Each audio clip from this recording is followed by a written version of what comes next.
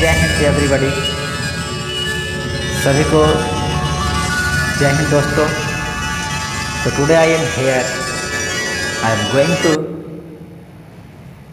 Narrate about your chapters name यानी poem song of myself. तो then we are reading here song of myself and I can explain line by line and you can listen carefully and you have to any doubt then you have to comment box in your doubt। है दोस्तों, तो आज हम लोग पढ़ने वाले हैं बहुत ही 12th का मज़ेदार कविता जो कि पोएम का दूसरा चैप्टर है। तो जहाँ पर भी आपको नहीं समझ में आएगा वहाँ पे आप मुझसे कमेंट बॉक्स में ज़रूर पिनअप कर दीजिएगा कि सर यहाँ पे मेरे को नहीं समझ में आया। तो चलिए विदाउट टाइम इन्वेस्टिंग और मैं आपका क्लास को स्टार्ट करता हूँ। तो जैसा कि आप सभी जानते हैं कि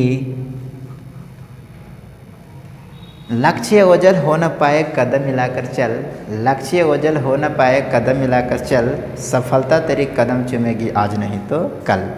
तो चलिए एक मैं आपके लिए स्लॉट लिख करके लाया हूँ। क्या है वो स्लॉट, ज़रा सा गौर फरमाइएगा। क्या है कि मेरी तकदीर में कभी कोई गम नहीं होता, मेरी तकदीर में कभी कोई गम नहीं होता, अगर तकदीर लिखने वाले का हक मेरी माँ का नहीं होता। तो एक मैं आपको बोलता हूँ कम से कम अपने लिए ही नहीं पढ़िए तो कम से कम अपने माँ बापू के लिए पढ़िए, क्योंकि अगर आपके वजह से पहचान आपके माँ बापू के होता है तो उससे बेहतर और क्या हो सकता है। तो चलिए आगे आते हैं, स्टार्ट। नेक्स्ट है आपका चैप्टर जो कि आज हम लोग पढ़ने वाले हैं। चैप्टर का नाम क्या है? तो चैप्टर के नाम आपको थंबनेल पर ही दिख गया होगा। तो सबसे पहले इसको एक कुकू एफएम की तरह मैं आपको समझाने की कोशिश करता हूँ, थोड़ा सा ध्यान से समझिएगा और सुनिएगा।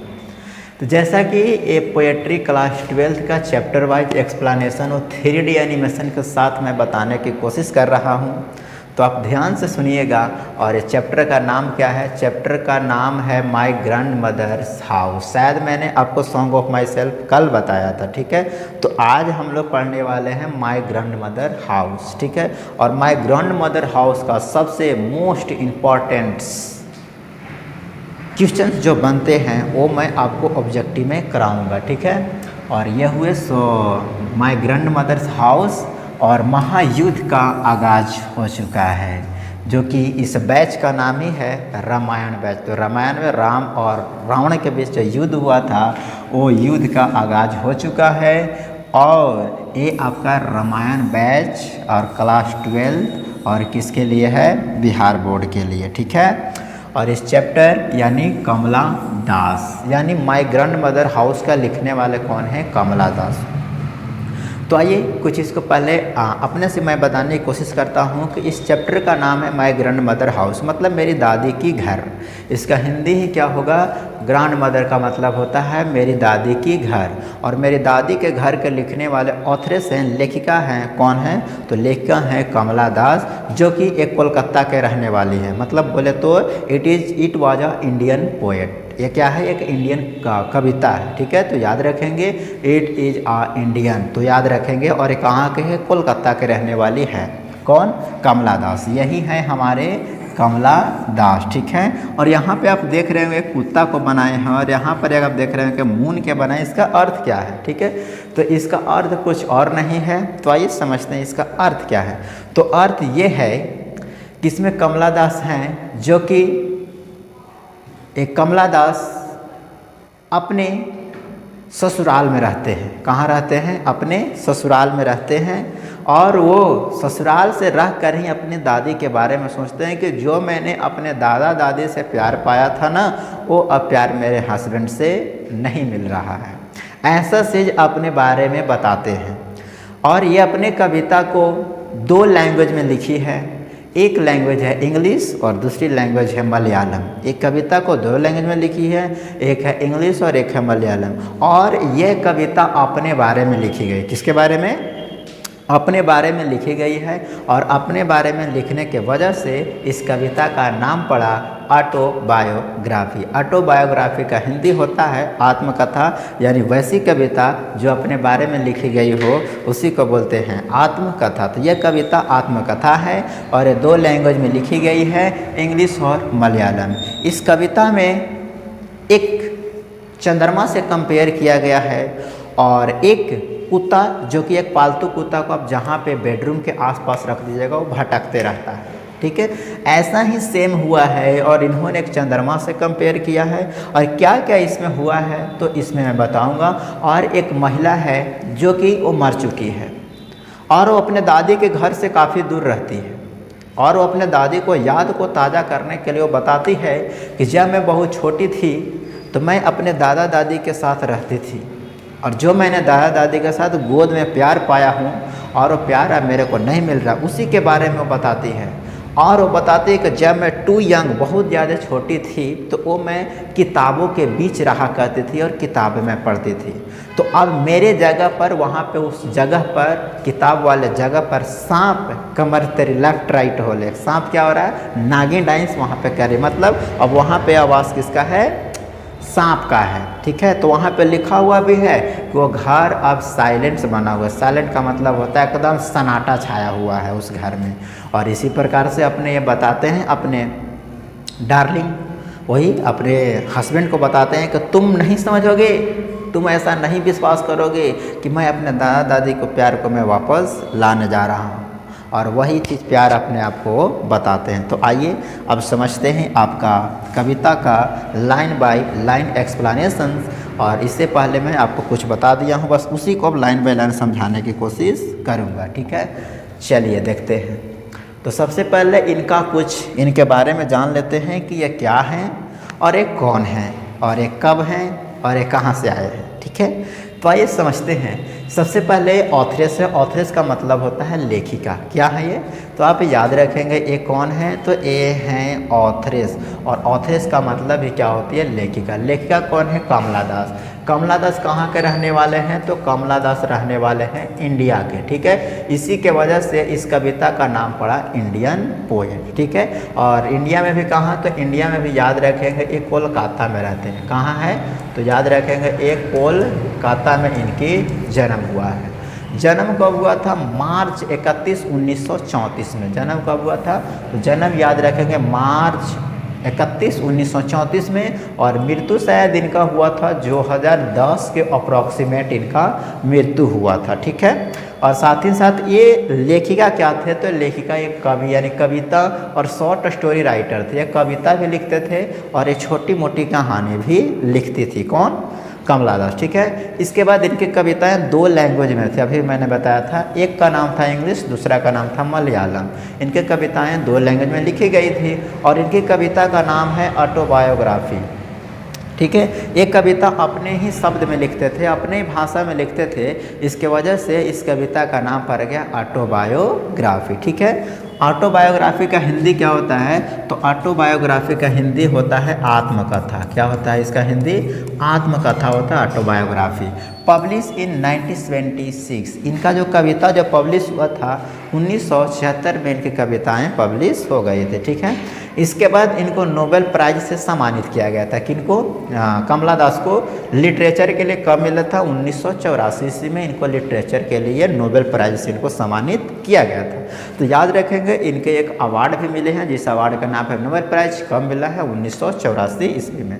इसके बाद मैं बताऊं हर इम्पोर्टेंस वर्स। वर्स का मतलब होता है कविता, यानी इंग्लिश में इनके कुछ महत्वपूर्ण कविता है, ठीक है। जैसे कि आप इमेज में मैं दिखा रहा हूँ वो कविता याद रखेंगे। Summer in Kolkata, summer in Kolkata किसके द्वारा लिखा गया है, तो ये है हमारे कमला दास। ये कौन है, ये हमारे कमला दास हैं, समझ गए।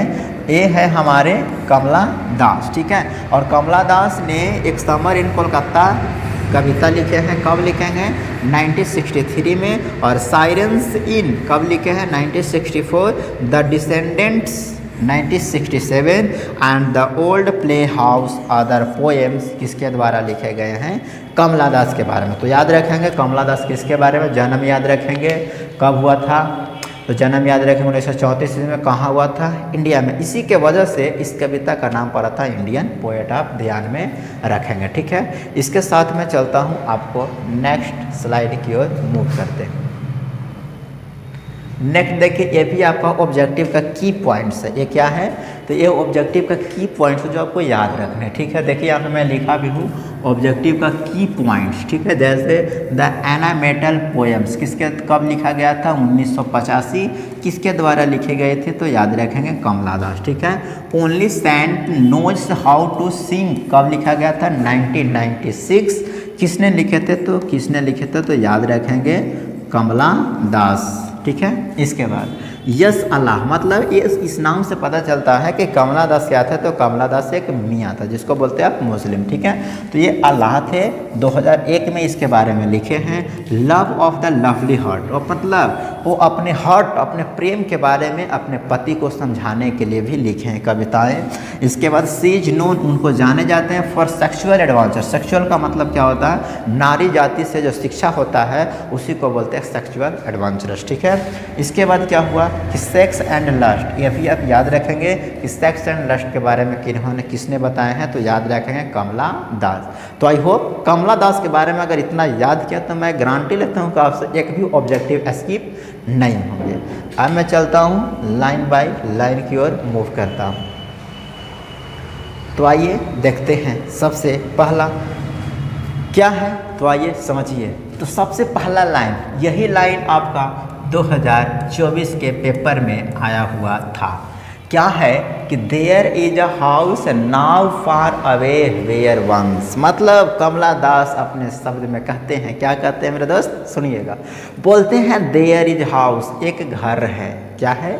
एक घर है। नाउ फार अवे का मतलब होता है दूर। एक घर है जो मुझसे दूर है। वेयर वंस वन, जहाँ पे मैंने एक बार प्यार को पाया था। बोलते हैं कि एक घर है जो मेरे से दूर है, और वहाँ पे बताते हैं क्या चीज़? देखिए, जहाँ पे मैंने एक बार अपना प्यार पाया था, वही बता रहे कौन? कमला दास। एक घर है जो कि मेरे से दूर है, और वहाँ पे मैंने क्या किया था? एक बार प्यार को पाया था। और बोलते हैं क्या चीज़? I receive love. रिसीव मतलब होता है प्राप्त करना। जहाँ पे मैंने अपने दादा दादी के साथ क्या किया था? प्यार को प्राप्त किया था, ठीक है। इसके बाद वो कहते हैं कि दैट वोमन इज डाइड, और महिलाएं और जो दादी थी वो क्या हो चुकी है?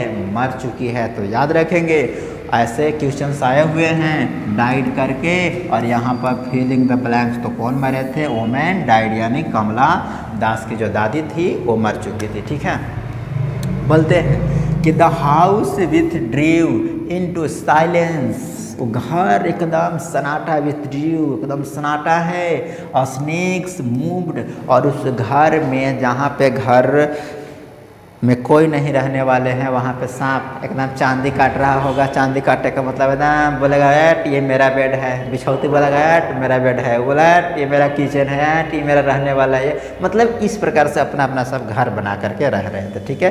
तो सांप क्या कर रहे थे? Silence snakes move. तो कंपेयर किससे किए? एंड ए मंग बुक, और वो बीच में सांप यानी किताबों के बीच में पूरा एकदम नागिन डांस कर रहा होगा। And was then too young, और कमला दास कहती है कि जब मैं बहुत छोटी थी तो मैं किताबों के बीच में क्या करती थी? रहा करती थी, और मैं पढ़ा करती थी, और उस घर में क्या था? सांप घूम रहा। तो इस लाइन का मतलब समझ में आपको आ गया होगा, ठीक है। तो मैं एक बार फिर से बताता हूँ। देखिए क्या है, दादी कहती है कि घर क्या है? एक घर है जो मेरे से काफ़ी दूर पर है, और उस घर में मैंने अपना प्यार को पाया था, और वो महिला क्या हो चुकी है? मर चुकी है। तो आइए मैंने हिंदी भी इसके लिए आपको लेकर के आया हूँ। बोलते हैं यहाँ से बहुत दूर एक घर है, ये हार नहीं होगा, एक घर है जहाँ मैं एक बार प्यार को पाई थी। वह महिला क्या हो चुकी है? मर चुकी थी, ठीक है। उस घर में सन्नाटा छा गया, सांप घूमने लगे, और जब मैं बहुत छोटी थी तब मैं किताबों के बीच क्या करती थी? पढ़ती थी। आई होप ये लाइन आपको समझ में आ गया होगा। अब मैं चलता हूँ नेक्स्ट देखिए, नेक्स्ट क्या है? केयर करिए। फिर बोलती है, इसीलिए मैंने बोला था यहाँ पर एक मून का चित्र बनाया हूँ, ये क्या है, एक मून है। ठीक है, तो याद रखेंगे वो किनसे कंपेयर किए हैं, तो उन्होंने मून से कंपेयर किया। मून मतलब चंद्रमा। ठीक है, तो ध्यान दीजिएगा। बोलते हैं कि टू रीड, मैं पढ़ी थी, ठीक है, and my blood turn cold like the moon.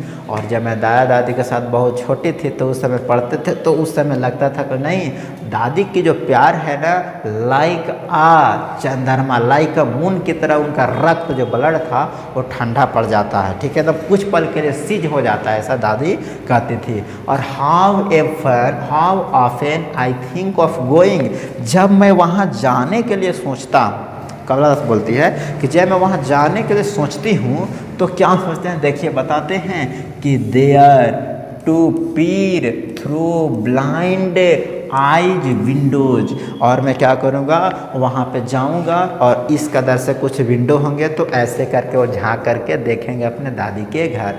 यहाँ पे इसका मतलब यही हुआ कि यहाँ पे कुछ होंगे और वो दादी के जाने के लिए सोचते हैं। पीर मतलब क्या होता है, पीर मतलब होता है झांकना। ठीक है, क्या होता है इसका मतलब, इसका मतलब होता है झांकना। ठीक है, कैसे, तो देखिए यहाँ पे लिखा थ्रू ब्लाइंड आई, अपनी नंगी आंखों से, ऑफ द विंडोज, और वो खिड़की के माध्यम से ऐसे करके वो झांक करके देखेगी। जैसे हम लोग कैसे देखते हैं, आपके गाँव घर में आते हैं कन्याएँ लोग, तो कन्याएँ लोग ऐसे करके देखते हैं ना, पूरे झाँक करके जो घूंघट आती है टांग करके, लाइक द एकदम ऐसे करके वो क्या कर रहे थे, झाँक करके देख रही थी अपने दादी के घर में। वो इमेजिन करिए, सोच रही थी। फिर देखिए क्या हुआ, and just listen to the फॉरेजियन ईयर, और उस हवाएं से सुनी कि ठंडी ठंडी हवाएं क्या हो रही है, बारी। और दादी सोच रहे थे कि ठंडी हवाएं को क्या करें, पकड़ करके पैकेट में क्या करें, रख लें और बाजुओं में चाप करके चले जाएं, कहाँ, अपने ससुराल। ठीक है, आइए अब हिंदी समझते हैं। और मेरा खून चंद्रमा की तरह ठंडा हो गया। जब मैंने अपने दादा दादी को प्यार को अपना पाने के लिए कोशिश किया तो मेरा ब्लड एकदम ठंडा हो गया। और मैं वहाँ की किताबी बार जाने के बारे में सोचता हूँ। मैं वहाँ कितनी बार, मैं मतलब वो दूर है और दूर रह कर वो सोच रहे कि मैं कितनी बार वहाँ जाऊँ। जैसे हम लोग अपने घर में रहते थे और आप लोग में से कई विद्यार्थी ऐसे होंगे जो अपने गांव छोड़कर कहीं दूसरा जगह पर जाते हैं पढ़ने, तो आपको कैसे जैसे मतलब छुट्टी मिलता है तो एकदम भड़ाक दे पे पहुँच जाते हैं घर। वो इतना ही एकदम लालसा थी किनकी, दादी की। ठीक है, दादी की बहुत ज़्यादा लालसा। दादी कौन थे, वो दादी थे कमला दास। एंड उस घर में जाऊंगा खिड़कियों के बंद आंखों से देखने के लिए, या बस रुकी हुई ठंडी हवाओं को क्या करूंगा, सुनूंगा और ठंडा हवाओं को पकड़ करके लाऊंगा। आई होप यहाँ तक आपको समझ में आ गया होगा।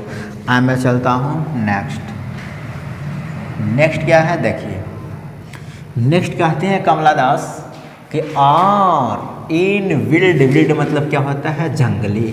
डिसअपियर्स का मतलब क्या होता है, निराशा। इसका मतलब क्या होता है, निराशाजनक। ठीक है, पिक एन आर्मफुल, और हवाओं को जाऊंगा और मैं पकड़ करके क्या करूंगा, लाऊंगा। ऐसा वो बोल रहे थे, कौन, कमला दास। एंड आर्मफुल मतलब बाजुओं में निराशाजनक हो गए। एंड उस घर में क्या था, डार्कनेस हाउस था। डार्कनेस हाउस का मतलब समझते हैं, अंधेरी। To bring it here to lie, और वहाँ से क्या करूँगा, अपने दादी के जो प्यार था ना वो अपने घर पे लाऊंगा और उसी के साथ पूरा जीवन व्यतीत करूँगा। ऐसा वो सोच रहे थे। ठीक है, और बताते हैं अपने, बोलते हैं behind my bedroom door like a brooding do you can not believe darling. यही है हमारे सालेजा, यही है हमारे कुत्ते जी। ठीक है, यही कुत्ते को बता रहे कि जिस प्रकार से एक पालतू कुत्ता आपके चारों बगल घूमते रहता है, वैसे ही वो सोच रहे हैं कि मेरे दादा दादी का प्यार भी मेरे आसपास ही है, ऐसा वो कह रहे हैं। ठीक है, तो याद रखेंगे किनसे कंपेयर किए थे, किसके बारे में बताए थे, तो डॉग। और यहीं पे है, यही है वो डॉग जो कि बेड पर देख रहा है कितना एकदम सारा एकदम जीवन काट रहा है एकदम। उन्हें लग रहा है कि मैंने राजा महाराजा कहूँ पे ना 2 फेंट मारेंगे बस सोच हो जाएगा। ठीक, अब देखिए बोलते हैं do you can not believe darling, अपने पति को कहते कि तुम विश्वास नहीं करोगे। डार्लिंग मतलब होता है पियर, डार्लिंग मतलब होता है डियर। और आप लोग कहेंगे डार्लिंग तो आप तो कहीं नेगेटिव सोच लेंगे, तो नहीं, ये डार्लिंग मतलब होता है प्रिय। और आप लोग सब जो सुन रहे हैं, जो देख रहे हैं, वो सब मेरे लिए क्या है, मेरे डार्लिंग है। ठीक है, तो हेलो माय डार्लिंग। ठीक है, तो मेरे लिए सब क्या है, डार्लिंग है, जो मेरे विद्यार्थी अगर देख रहे होंगे तो। ठीक है, तो यहाँ तक समझ में आएगा। अपने डार्लिंग को कहते हैं तुम विश्वास नहीं करोगे, हाँ अभी इसको हाँ जी तो विश्वास न कर बहू जी, तो ऐसे होंगे आप विश्वास न करिएगा जी कि मैं वहाँ पे गया था। देखिए अब इसमें तो हिंदी, या जंगली मायूसी मुट्ठी भर, एकदम मुट्ठी भर भर के अंधेरी उठाकर, अंधेरी से हवाएं उठाकर यहाँ लाकर एक विचार, ठीक है, एक विचारमंद कुत्ते के जैसे मेरे बेडरूम के पीछे रख दूंगा। दादी के घर में जाएंगे और कुछ साइलेंट ऐसे करके देख करके हवाएं पकड़ के ला करके रख लेंगे और बोलते हैं मेरे प्रिय तुम विश्वास नहीं कर सकते हो, मेरे डार्लिंग, मेरे लवर्स तुम विश्वास नहीं कर सकते हो, मैं अपने दादी के घर गया था और वहाँ पाया था अपना प्यार। ठीक है, अब मैं चलता हूँ नेक्स्ट, लास्ट एंड फाइनल। तो लास्ट एंड फाइनल क्या कह रहा है देखिए, बोलते हैं दादी को बताते हैं कि दादी तुम नहीं समझोगी, ठीक, अपने प्रेमी को कहते हो तुम नहीं समझेगा, ठीक, बोलते हैं कैन यू, क्या तुम कर सकते हो, नहीं, that I live in a such house, क्या तुम बिलीव कर सकते हो, क्या तुम विश्वास कर सकते हो कि मैंने ऐसे घर में रहा है जहाँ पे मैंने दादा दादी का प्यार को पाया है। आप ऐसा कब सोचिएगा कि जब वो विद्यार्थी या वो मेरे भाई, मेरे डियर, जो आप कभी अपने दादा दादी के साथ रहे होंगे, कहीं बचपन में कभी दादी के पास कान इटते थे तो कभी दादी का चढ़ जाता माथा पे, तो कभी इधर तो कभी उधर, और दादी अगर अभी आपके पास नहीं है तो आपको महसूस होता होगा कि कितने अच्छे मेरे दादी थे, कितने अच्छे मेरे दादा थे। ये मेरे को समझ में आता है क्योंकि मेरे दादा दादी थे। ठीक है, आइए सुनिए, बोलते हैं वाज प्राउड, बहुत ज़्यादा गर्व होता था, and love I who have lost, और जो मेरे दादा दादी का प्यार मिला था ना वो मैं अब क्या कर दिया हूँ, लॉस्ट कर दिया हूँ। लॉस्ट का मतलब खो दिए हैं, ठीक है, क्योंकि दादी को ही खो दिया था ना, प्यार क्या कर दिए, खो दिए। ठीक है, और बोलते हैं my way and beg now I टस्टा strangers doors to receive love at least a small change, और जो मुझे अब प्यार मिलता है ना उसमें छोटी सी क्या है, स्मॉल चेंज है, बदलाव है। अब वैसा प्यार मेरे दादा दादी के साथ, जो दादा दादी के साथ मेरा प्यार मिला था वैसा प्यार मेरे को नहीं मिल रहा। ठीक है, अब आते हैं हिंदी क्या लिखा हो समझेगा। क्या तुम कर सकते हो कि मैं ऐसे घर में रहती थी और मुझे गर्व होता था और प्यार पाती थी, मैं जो अपना रास्ता खो चुकी हूँ और प्यार पाने के लिए अजनबियों को, अपरिचित के दरवाजे पर अब भीख मांगती हूँ। कम से कम छोटी सी तो बदलाव हो गया है। वैसे अपने आप को बताते हैं कि जैसे मेरे प्यार को लाने के लिए, मांगने के लिए उनको भीख मांगता, दरवाज़ा दरवाज़ा घूमने पड़ते हैं। ठीक है, तो यह था कमला दास के बारे में। और आगे देखते हैं, चलिए अब पूरा एक्सप्लेनेशन है, हिंदी मैंने करके लाया हूँ। ठीक है, समझिएगा। चलिए इसको मैं एक बार, आप चाहें तो इसको स्क्रीनशॉट ले सकते हैं आप अपने समझने के लिए, और बाकी मैं समझाता हूँ। देखिए पूरा है, ठीक है। यहाँ से बहुत दूर एक घर है, बताया है कि बहुत दूर घर है, जहाँ मैंने एक बार अपने प्यार को पाया था और प्यार पाई थी। वहाँ महिलाएं मर चुकी, वह महिलाएं क्या हो चुकी है, मर चुकी है। उस घर में सन्नाटा छाया गया है। किस घर में, जहाँ पे वो दादी रहते थे। सांप घूमने लगे हैं। जब मैं बहुत छोटी थी तो किताबों के बीच पढ़ती थी और मेरा खून चंद्रमा की तरह ठंडा हो गया है, और मैं वहाँ कितनी बार जाने के बारे में सोचा, खिड़कियों के बंद आंखों से देखने के लिए बस रुकी आंखें केवल तरस गई थी। यही लेखा कहते हैं, सॉरी कभी लेखा कहती है, बस रुकी और मुट्ठी भर अंधेरे को उठाकर यहाँ लाकर एक विचारमंद कुत्ते के जैसे मेरे बेडरूम के पीछे रख दूंगा, ताकि मेरे दादा दादी के प्यार क्या कर सके, एक्टिव हो सके। ठीक है, और मुझे गर्व होता था और प्यार पाती थी कि जो अपना रास्ता खो चुकी हूँ और प्यार पाने के लिए अजनबी अपरिचित के दरवाजे पर अब भीख मांगते हुए नज़र आता। तो ये था उनके चैप्टर के बारे में। आई होप आपको क्लियर समझ में आ गया होगा। अब इसका बहुत जल्द आपको मैं ऑब्जेक्टिव कराऊंगा, तो उसमें आप लाइव देखना ना भूलें। लाइव आपकी क्लास चलेगी ऑब्जेक्टिव का 7 PM पर। कितने पर, 7 PM, मतलब 7 बजे से आपकी क्लास चलेगी लाइव, तो उसमें आप जुड़ना ना भूलें, क्योंकि आप पढ़े हैं। तो अब अगर आपको थोड़ा बहुत भी अगर आपको सपोर्टिव हुआ होगा तो ज़रा सा आप थोड़ा सा इसको सब्सक्राइब करें या ना करें, डजेंट मैटर, आप थोड़ा सा शेयर करिएगा। ठीक है, ताकि उन लोगों को भी अच्छी समझ में आ सके। ठीक है, तो यह था किन के बारे में, यह था कमला दास के बारे में। चलिए एक बार और मैं फिर से ओवरऑल समरी बता देता हूँ। ठीक है, वो क्या कहे थे, कमला दास कहाँ के रहने वाले, इंडिया के। इंडिया में भी कोलकाता के। जन्म कब हुआ था आपको याद होगा, मृत्यु कब हुआ था वो भी मैंने बताया। इनकी कविता कितने लैंग्वेज में थी, 2 लैंग्वेज में। कौन कौन, मलयालम और इंग्लिश। और इन्होंने अपने कविता को बहुत ही अच्छे ढंग से श्रेय दिए हैं। चंद्रमा से कंपेयर किए अपने बताते, अपने डॉग को भी बताते हैं। आई तो होप इतना समझ में आ गया होगा। तो आज के लिए मैं इतना ही रखता हूँ, तब तक के लिए मिलते हैं आपसे अगले वीडियो में 10,000 के साथ। Thank you so much, love you all.